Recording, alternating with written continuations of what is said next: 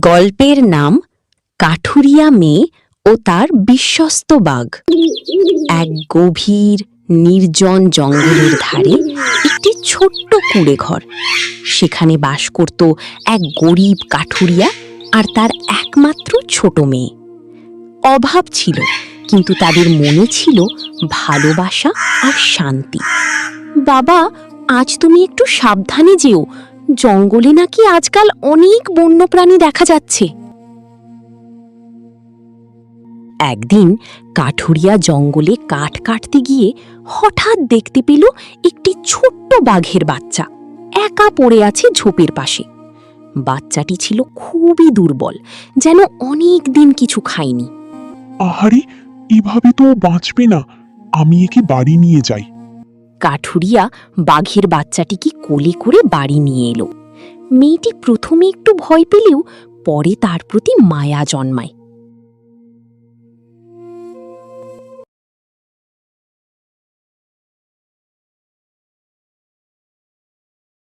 বাবা, কি সুন্দর, আমি ওকে যত্ন করে বড় করব। মেয়েটি নিজের হাতে বাঘের বাচ্চাটিকে দুধ খাওয়াতো, আদর করত, খেলত।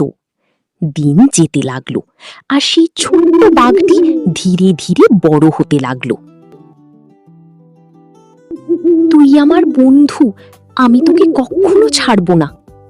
অবিশ্বাস্য হলেও সত্যি, বন্যপ্রাণী হওয়া সত্ত্বেও বাঘটি হয়ে উঠল একেবারে শান্ত। সে সব সময় মেয়েটির পিছু পিছু ঘুরত, তাকে পাহারা দিত, যেন এক বিশ্বস্ত প্রহরী।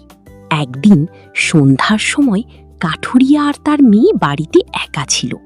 হঠাৎ একদল দুর্ধর্ষ ডাকাত তাদের কুঁড়ে ঘরে ঢুকে পড়ে।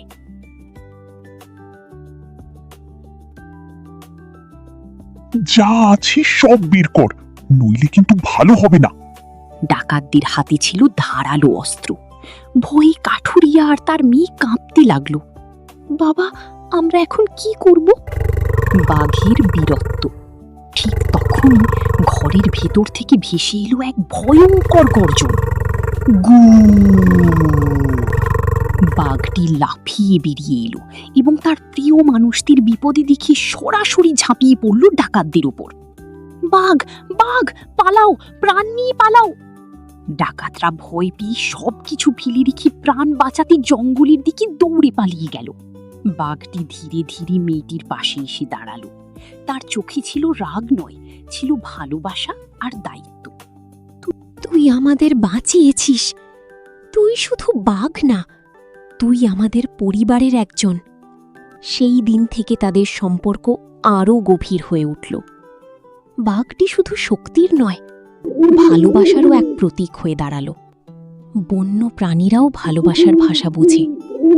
নিঃস্বার্থ ভালোবাসা দিলে তার প্রতিদান একদিন না একদিন অবশ্যই ফিরে আসে।